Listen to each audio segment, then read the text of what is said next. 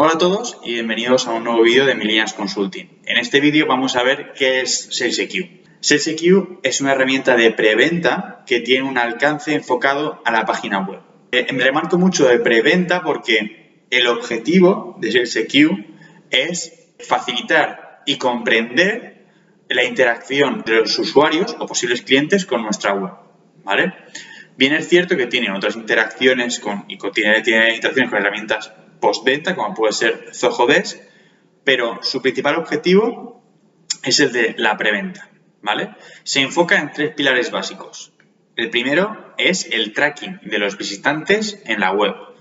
Esto es muy útil porque nos dice qué han visto nuestros posibles clientes antes de que nos pongamos en contacto con ellos. De forma que si yo voy a hablar con un lead, yo puedo ver qué páginas de mi web ha visto y enfocar mi conversación comercial al tema que ha visitado.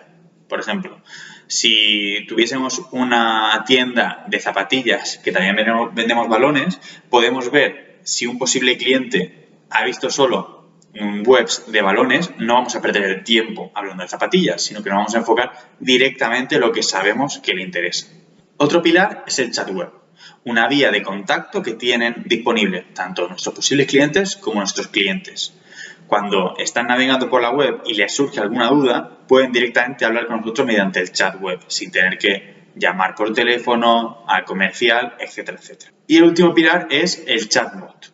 A diferencia del chat web, en este no tiene por qué haber un operador detrás que esté interactuando con el cliente, sino que mediante árboles de decisiones o un código preestablecido podemos guiar a nuestros posibles clientes en una conversación y resolver sus dudas. SalesEQ tiene integración con distintas herramientas. En Zoho, las más importantes son CRM para generar posibles clientes o contacto en base a la interacción del chat y luego con Desk como chat que se utiliza para abrir tickets, que utilicen la base de conocimientos que es compartida entre las dos herramientas y con Google Analytics para metrizar la interacción de los usuarios, ver reportes, etcétera, etcétera. Otra de las funcionalidades que tiene SalesEQ son las automatizaciones exclusivamente de la web. Por ejemplo, podemos generar lead scoring exclusivos de la web o activadores del chat.